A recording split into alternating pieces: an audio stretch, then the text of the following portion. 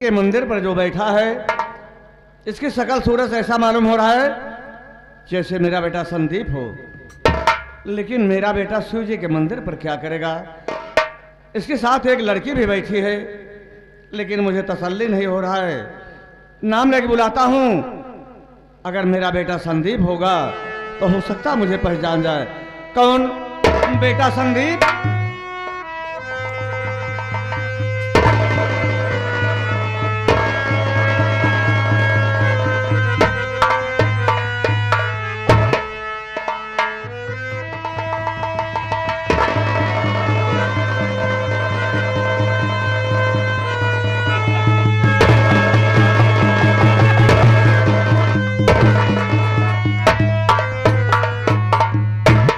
बेटा तो इस हालत में और शिव जी के मंदिर पर और तेरे साथ में लड़की कैसी बैठी है?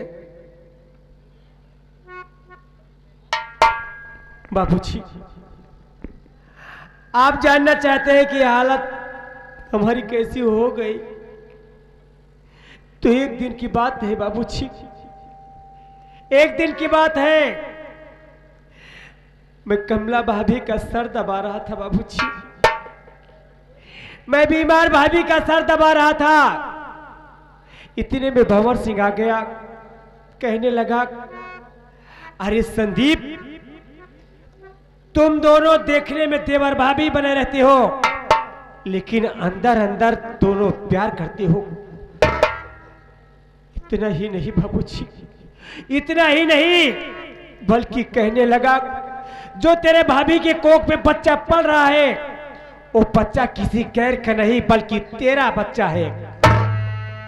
बाबूजी, उस वक्त मुझे गुस्सा आ गया।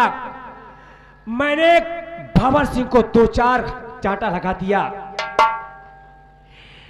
इतने में जाते जाते भंवर सिंह धमकी देकर गया, करे संदीप, इस अपमान का बदला तुमसे एक दिन न चुकाया तो मेरा नाम भंवर सिंह नहीं होगा। ये बात जाकर के घर में मां से बताया। मां ने आई, मुझे इतनी बेरहमी से पीटा पिताजी, इतनी बेरहमी से मारी कि मार मार कर मेरे तन से पूरा कपड़ा उतरवा लिया। कपड़ा उतार कर मुझे धक्का मार कर घर से भगा दिया। मैं दरबदर की ठोकर कह रहा था बाबूजी, भूख प्यास से तड़प रहा था। एक दिन बड़ी जोरों से प्यास लगी थी। मैंने सोचा कि शिव जी का मंदिर दिखाई दे रहा है, चलकर यही पानी क्यों नहीं पी लेता। शिव जी के मंदिर के पास यही सुषमा नाम की लड़की मंदिर के पास बैठी थी। मैंने इससे पानी की फरियाद किया। इन्होंने मेरे ऊपर तरस खाकर मुझे पानी पिलाई। बात में कहने लगी कि देखिए, आपकी भी हालत, आप भी परेशान हैं, मैं भी परेशान हूं, आप मेरे साथ शादी कर लीजिए। बाबूजी, मैं अपनी हालात को देखते हुए और सुषमा की हालात को देखते हुए मैंने इससे शादी कर लिया। अगर आज संसार में मैं जीवित हूं पिताजी, तो सुषमा के बदौलत जीवित हूं। लेकिन बाबूजी, आप तो मदनपुर गए थे ना, फिर यहां कैसे? शिव जी के मंदिर के पास क्या करने आए हो? बेटा, मैं मदनपुर गया, काफी दिनों तक रहा, चारों तरफ बहुत पता लगाया, लेकिन कुलदीप का कहीं पता नहीं चला।